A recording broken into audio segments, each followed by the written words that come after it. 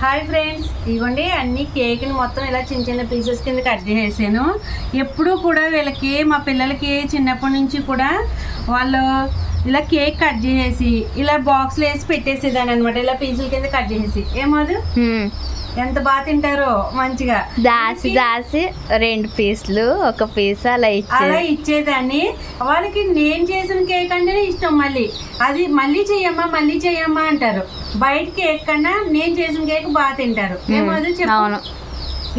Just 2 days లో finish. చక్కగా ఇదిగో చూడండి, చక్కగా ఎంత బాగా మగ్గిందో, సూపర్. చిన్నప్పుడు అంటే దాసి ఇచ్చేది కానీ ఇప్పుడు ఇష్టం అంతే. ఇది జస్ట్ ఒక 2 days లో అయిపోతాయి కథం.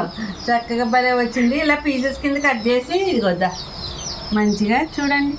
ఇదిగో అది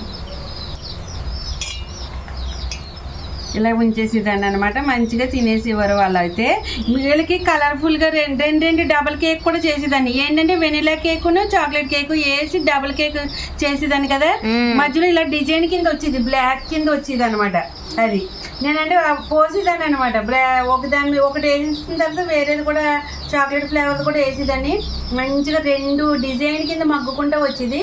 కట్ చేసినప్పుడు ఎంత బాగా మంచి షేప్ వచ్చేదో, చాలా బాగుండేది కదమ్మా. సూపర్ గా డిజైన్ గా బాగా వచ్చేది. ఇక కేక్ అయితే ఇలాగా ఇప్పుడు మా పిల్లలు తింటారనమాట. దాచేస్తా.